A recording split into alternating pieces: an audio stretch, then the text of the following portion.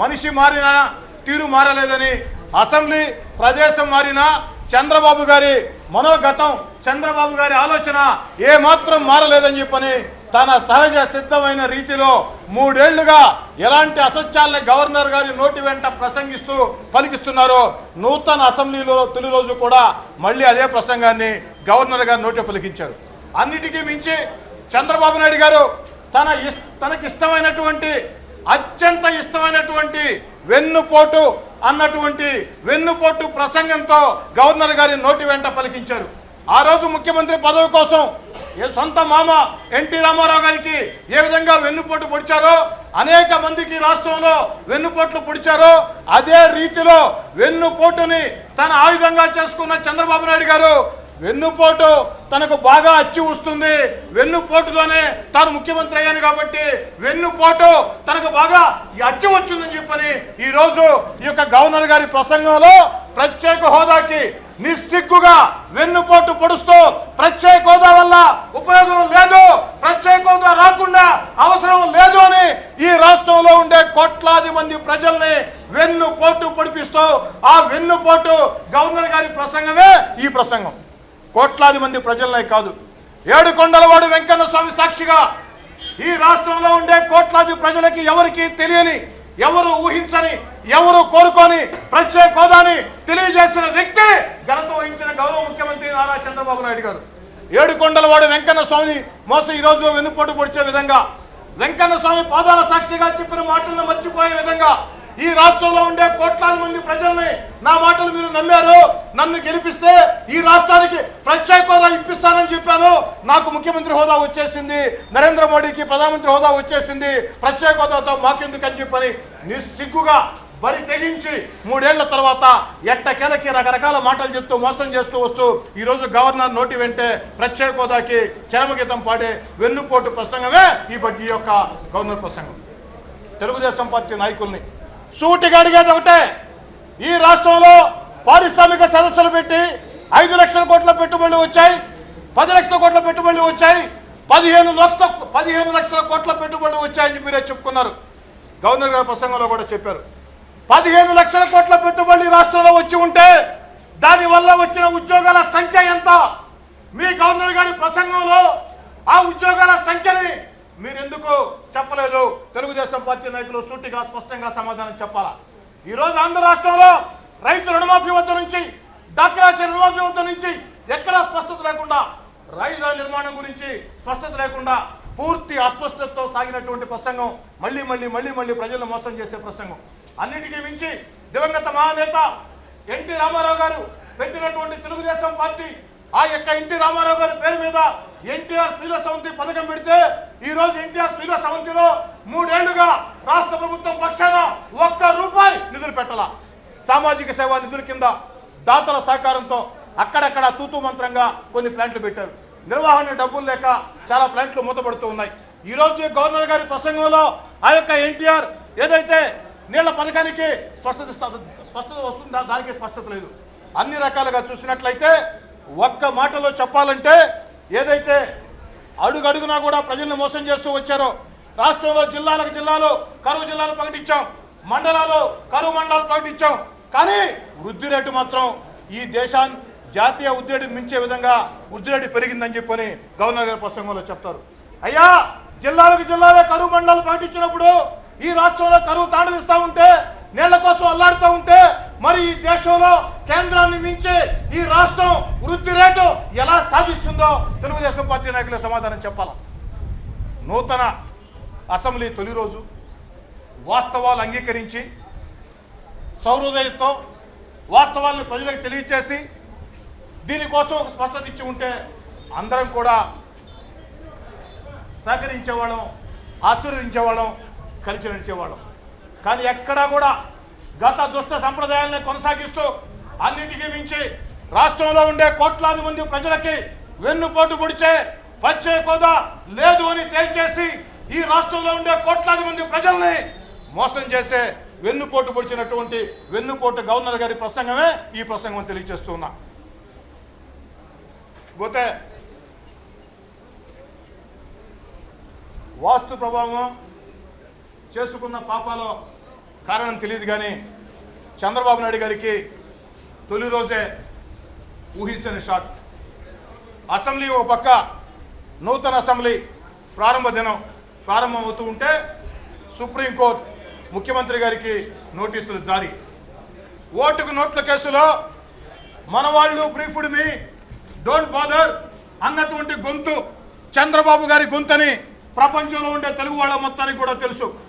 ఈరోజు కూడా తెలుగుదేశం పార్టీ నాయకుల నోటి వెంట ఆ గొంతు మాది కాదు అని చెప్పలేరు, ఆ గొంతు మాది అని చెప్పలేరు. ఈ యొక్క ఓటు కోట్ల విషయంలో ఏసీబీ కోర్టు ఏదైతే చంద్రబాబు నాయుడు గారిని ఛార్జ్ షీట్లో ముద్దాయిని చేయకుంటే వైఎస్ఆర్ కాంగ్రెస్ పార్టీ ఎమ్మెల్యే అయ్యా ఛార్జ్ షీట్లో చంద్రబాబు గారిని ముద్దాయిని చేయాలా, ఇది చంద్రబాబు గారి గొంతు, డబ్బులు ఇచ్చినటువంటి గొంతు అని స్పష్టంగా ఆధారాలు ఇస్తే ఏసీబీ కోర్టు ఛార్జ్ షీట్లో పేరు చేర్చాలనుకుంటే చంద్రబాబు నాయుడు గారు తప్పు చేయకుండా ఉన్నట్లయితే ఆ యొక్క విచారణని అడ్డుకోరు. తనకు అలవాటే కాబట్టి గత ముఖ్యమంత్రిగా కూడా అనేక కేసుల విషయంలో స్టేలు తెచ్చుకొని స్టేలు మంత్రం పాటిస్తూ విచారణను అడ్డుకునే అలవాటు ఉండే చంద్రబాబు నాయుడు గారు ఏసీబీ కోర్టు విచారణను అడ్డుకునేదానికి హైకోర్టుకు వెళ్ళి స్టే ఇచ్చారు. అంతా అయిపోయింది, హైకోర్టు స్టే ఇచ్చింది అనుకున్నారు.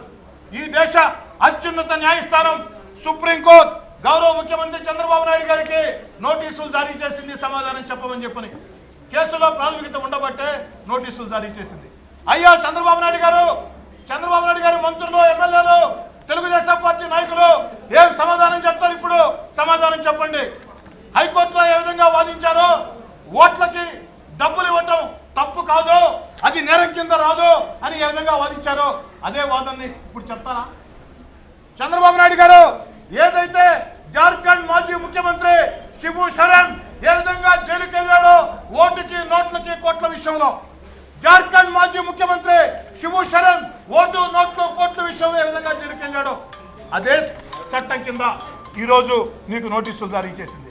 కాబట్టి తాత్కాలికంగా స్టేలు తెచ్చుకొని విచారణ అడ్డుకున్నంత మాత్రాన రేపటి రోజు సూర్యుడు తూర్పున ఉదయిస్తాడు అన్నది ఎంత వాస్తవమో, అరచేతిని అడ్డు పెట్టి సూర్యకాంతిని ఆపలేము అన్నది ఎంత వాస్తవమో ఖచ్చితంగా సుప్రీంకోర్టులో ఈ రాష్ట్రంలో నిస్సిగ్గుగా బరి తెగించి ప్రజాస్వామ్య విలువల్ని కాలరాస్తూ మీరు చేసినటువంటి దుర్మార్గానికి సుప్రీంకోర్టు చరమగీతం పాడుతుందని తెలియజేస్తూ ఉంది. స్టార్ట్ చేయనా? అందరికీ నమస్కారం. ఈ రోజున గౌరవ సుప్రీంకోర్టులో ఓటుకు నోటు కేసుకు సంబంధించి చంద్రబాబు నాయుడు గారికి నోటీసులు ఇష్యూ చేయటం చాలా స్పష్టమైన తీర్పుగా ఈ తీర్పుని మేము స్వాగతిస్తూ ఉన్నాం. ఎందుకంటే ఓటుకు నోటు కేసులో నాకు హైకోర్టులో ఆ రోజున తీర్పు ఇవ్వడం జరిగింది.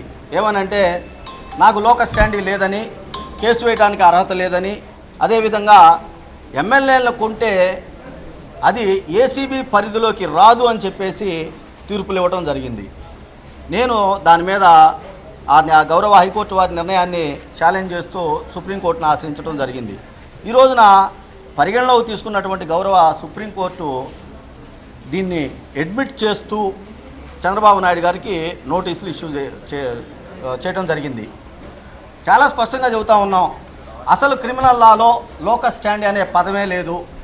అయినప్పటికీ సిఆర్పిసి సెక్షన్ 39, సిఆర్పిసి సెక్షన్ 190 ప్రకారం భారతదేశంలో ఎక్కడైనా అన్యాయాలు అక్రమాలు జరిగితే న్యాయస్థానాన్ని ఆశ్రయించవచ్చు, అదేవిధంగా ప్రైవేట్ కంప్లైంట్లు వేయవచ్చు అని చెప్పేసి చట్టాలు చాలా స్పష్టంగా చెబుతున్నప్పటికీ నాకు అర్హత లేదని చెప్పి తీర్పు ఇవ్వడం జరిగింది. ఒకసారి AR Antulay versus RS Naik case కానివ్వండి, అదేవిధంగా మన్మోహన్ సింగ్ వర్సెస్ సుబ్రహ్మణ్య స్వామి కేసులో కానివ్వండి, గతంలో ఇదే సుప్రీంకోర్టు చాలా స్పష్టమైన ఆదేశాలు తీర్పులు ఇవ్వడం జరిగింది. వాటిని పరిగణలోకి తీసుకోలే ఎవరు కూడా. అందుకే నేను సుప్రీంకోర్టుని ఆశ్రయించా. ఇప్పటికైనా ఒకటే కోరుకుంటా ఉన్నాం, భారతదేశంలో చంద్రబాబు నాయుడు లాంటి అవినీతిపరుడు ఇంకెవరూ లేరు.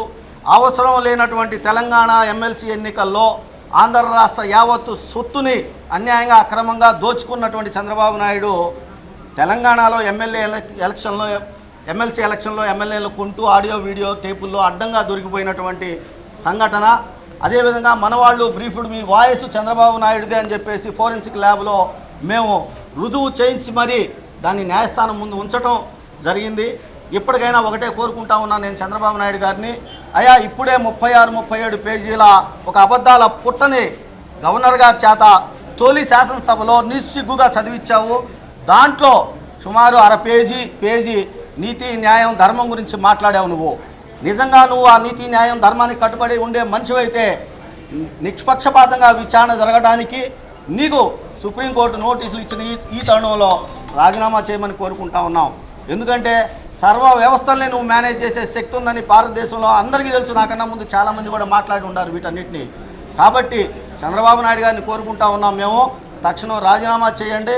ఎందుకంటే భారతదేశంలో ఇంకా చట్టాలు న్యాయాలు ధర్మాలు బ్రతికే ఉన్నాయని చెప్పేసి ఇలాంటి తీర్పుతోటి పేదవాడికి న్యాయస్థానం మెట్లెక్కాలంటే ఒక నమ్మకం కలిగించే రీతిగా ఈ కేసు తీర్పు ఉంది కాబట్టి మేము ఈ విధంగా కోరుకోవడం జరుగుతాం. ఈరోజు అసెంబ్లీలో గవర్నర్ ప్రసంగాన్ని మనం చూసాం.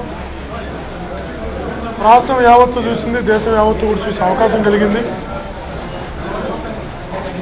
ఒక ఐపీఎస్ చదివినటువంటి గవర్నర్ ఈరోజు పెద్ద ఆయన చంద్రబాబు యొక్క అబద్ధాలు చెప్పలేక, అవాస్తవాలు చెప్పలేక, ఈ అనైతిక పాలన గురించి చెప్పలేక పడినటువంటి ఇబ్బందులు, అవస్థలు, ఆపసోపాలు మా కళ్ళతో అసెంబ్లీలో చూసాం. ఐ థింక్ 4 సార్లు 5 సార్లు నీళ్ళు తాగి ఇన్ని అబద్ధాలు నా వల్ల అవుతాయని మాకే పాపం జాలేసింది. అంత పెద్ద ఆయన వయసులో చూసినాక అయ్యో పాపం ఎంత అవస్థ పడుతున్నాడో, ఎంత ఇబ్బంది పడుతున్నాడో, ఎంత మానసికంగా నలిగిపోతున్నాడో ఇవన్నీ చెప్పలేక. ఎందుకంటే ఒక్కటి కూడా వాస్తవానికి దగ్గరగా లేవు. అన్నీ సత్యదూరమనేది, అన్నీ అభూత కల్పనలు. నిజంగా కూడా ఒక అరిచేతిలో బ్రహ్మాండంగా స్వర్గం చూపించారు, వైకుంఠం చూపించారు. మా తిరుమలలో కూడా వైకుంఠం ఉండదు. పేపర్లో చూపించారు, గవర్నర్తో చెప్పించారు. చాలా బాధేసింది గవర్నర్ గారిని చూసిన తర్వాత.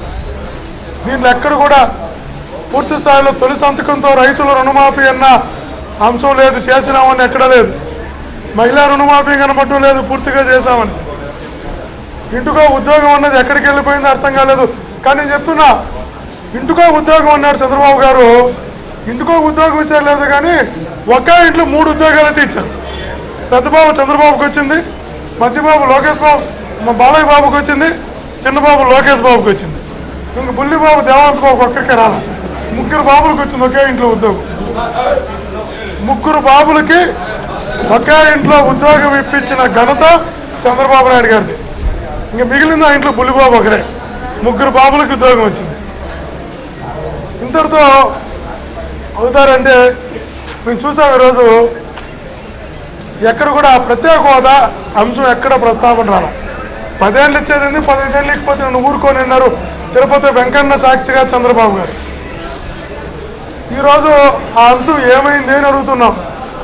ఎందుకు ఆ ప్రస్తావన రాలేదు అని అడుగుతున్నాం. అంటే ఒక్క కేసులో నువ్వు తగులుకుంటే, ఒక కేసులో నుంచి మీరు బయటపడడం కోసం 10 ఏళ్ళు హక్కున్న రాజధాని నదులు యువతకు జీవితకాలం శాశ్వతంగా ఉపయోగపడే ప్రత్యేక హోదాని తాకట్టు పెట్టాం. అభివృద్ధి గురించి అడగడమే కేంద్రంతో మానేశాం.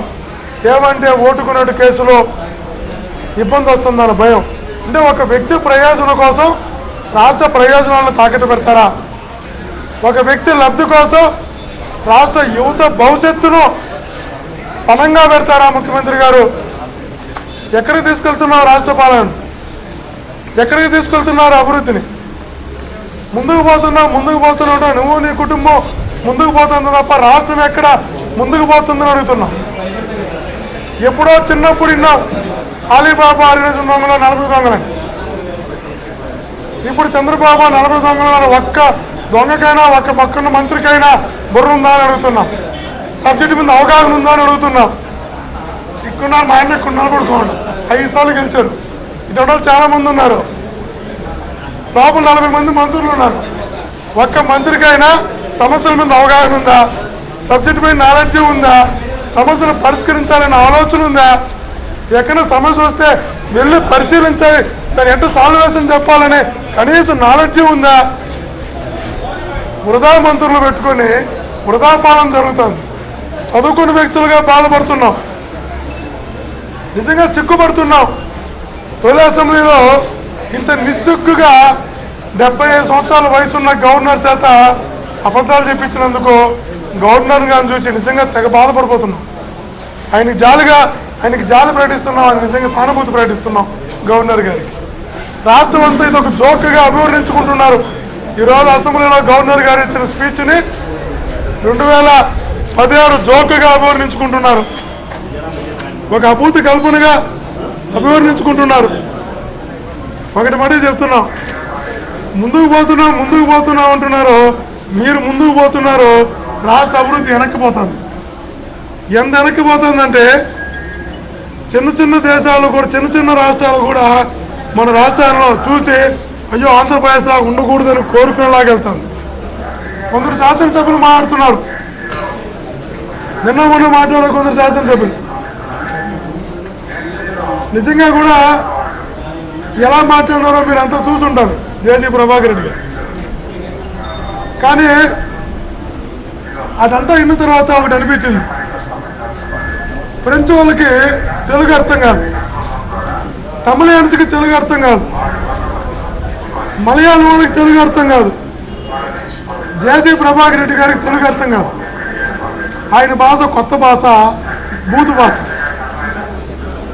ఆయనకు అర్థం అవ్వాలంటే ఆయన భాషలోనే ఆయన చెప్పాలి. ఆయన భాషలో ఆయన చెప్తేనే ఆయన బురకెక్కుతుంది. ఎందుకంటే ఆయన భాష ఇది కాదు, తెలుగు భాష కాదు, మాతృభాష అది కాదు, బూతు భాష ఆయన మాతృభాష. నేను కూడా రాయలసీమ నుంచి వచ్చిన